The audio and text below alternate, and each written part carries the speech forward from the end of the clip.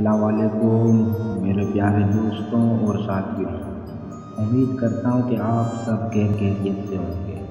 ایک چھوٹے سے گاؤں میں ایک شخص رہتا تھا جس کا نام زید تھا۔ وہ غریب تھا لیکن دل کا بہت بڑا تھا۔ ایک دن گاؤں کے بادشاہ نے اسے سونے کے سکوں سے بھرا ایک صندوق دیا اور کہا، اس صندوق کو شہر کے بادشاہ تک پہنچاؤ۔ زید نے وہ صندوق اٹھایا اور سفر شروع کیا۔ راستے میں ایک شدید طوفان آیا اور زید کو ایک دریا کے کنارے پناہ لینا پڑی۔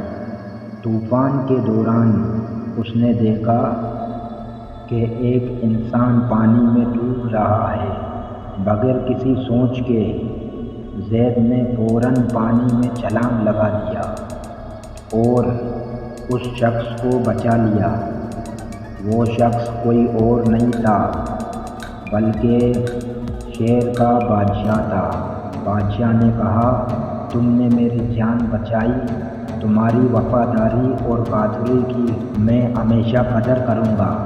زید نے کہا، میرے لیے یہ صرف ایک فرض تھا۔ شہر واپس پہنچنے کے بعد بادشاہ نے زید کو تمام خزانوں کا مالک بنا دیا اور کہا، تمہاری وفاداری کی قیمت صرف سکوں میں نہیں بلکہ دلوں میں ہوتی ہے۔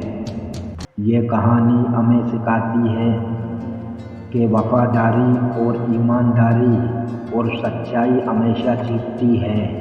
شکریہ، اللہ حافظ۔